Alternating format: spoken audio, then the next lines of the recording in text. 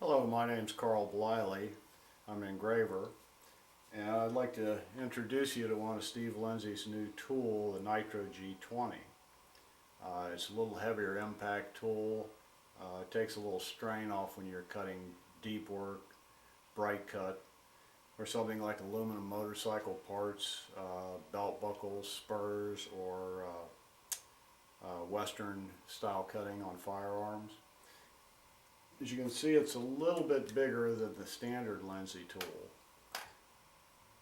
That's because it has a larger piston and a longer stroke. There's a slight bit of vibration in your hand with the longer stroke handpiece than the shorter standard one, but it's not really noticeable. It's just when it's at idle, you can barely notice it there. In using this tool, I said I found that it takes a lot of strain out of removing a lot of metal, especially if you're doing something like motorcycle parts. Those are large scrolls, large designs, and it takes a lot of effort with a standard tool to remove all that metal. But with this tool, it's very easy to get in there and make wide, broad cuts. The tool that I have in here right now is a 110 degree V tool. It was sharpened using the Lindsay template or templates, so it has 110 degree V on it with a slight heel. We'll do a little cutting and see how it acts, and you can see some of the effects I can get with this tool.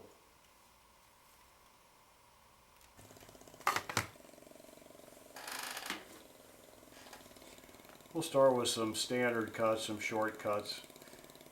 Get a feel for the tool.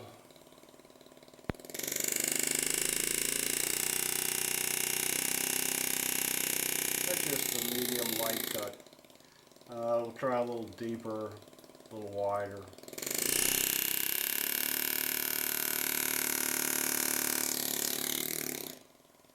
Yeah, that cuts very easily. Like I said, it takes a lot of strain off your hand when you're cutting with this tool. You don't have to wait for the tool to cut. You just guide it along.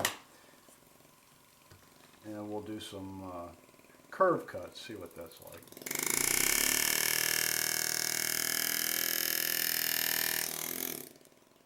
Very smooth. Light cuts, heavy cuts. Lean it way over the side. That's a very deep cut. We'll reverse it now. And put my block back in there. A little tighter. We'll make some comma cuts on this. We'll start wide and then come out center. Just scoop the metal out. Make a little bigger one here, might show up better on the camera.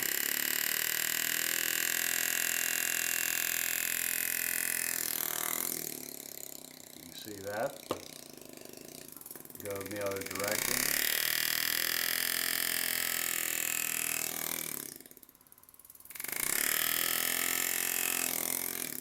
You can really move fast with this tool. Once you get used to it, as with any tool that you might use, your speed will pick up the more you use it.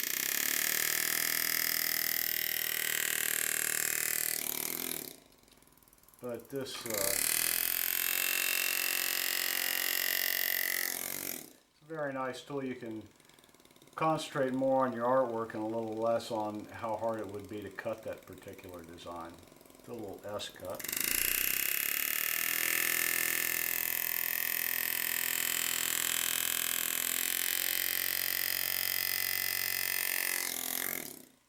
That. And it doesn't really vibrate that much. I'm not sure how loud this is coming across in the camera. Sometimes this noise seems to be louder than it is, but it's really not that disconcerting. And I don't feel much in the way of vibration or pressure in my hand. Actually, it's much easier than a push tool, and easier and faster than a hammer and chisel too. If few more cuts.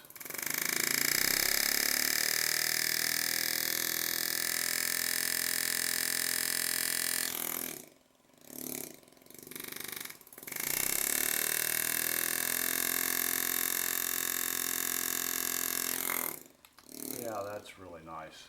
Really nice. Takes a lot of strain out of engraving.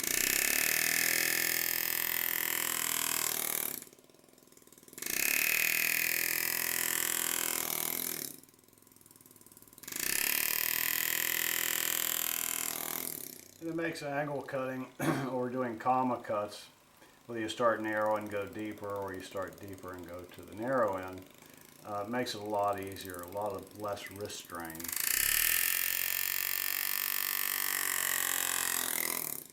Like that.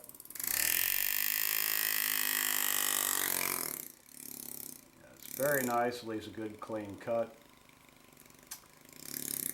We'll try a thick to thin. That. Another one. Very controllable. I really like this new tool.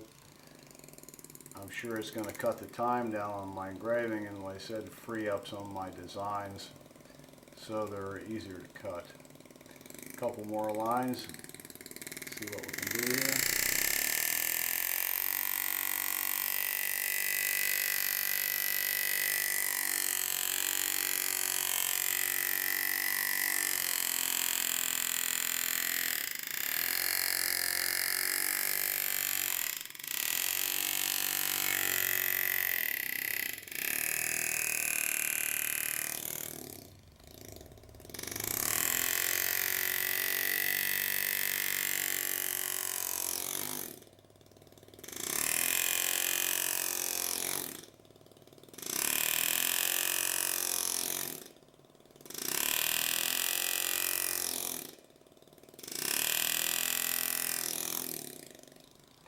I think that gives you an idea of how easy this tool is to work with and how manageable it is.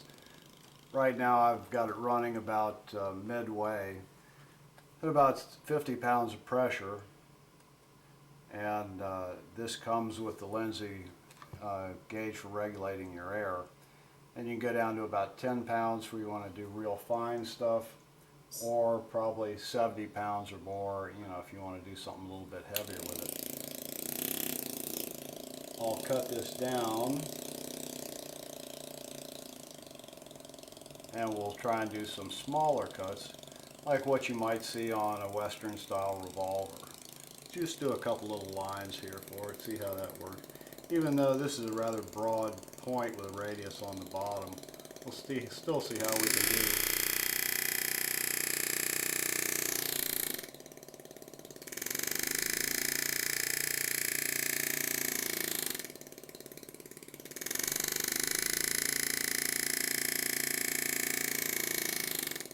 Yeah, this would be capable of doing some pretty fine line work. I could change to a much finer point and get some very light lines with it. And I'm not having to push this tool at all. I'm just guiding it for these light lines. I'll make a long one here for you.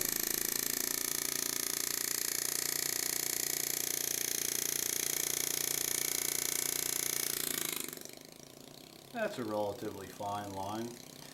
It's not banknote, but if you're doing, like I said, Western style engraving, I think that you'll find this line work is thin enough for just about anything that you want to do.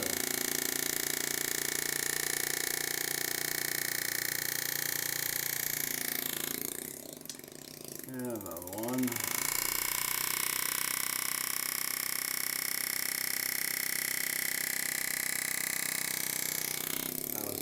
Thick to thin. We want to put an angle on it, even at this low power setting.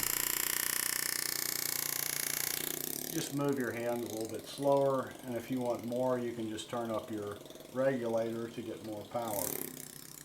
I just turned it up, so we'll go ahead and make some more bevel.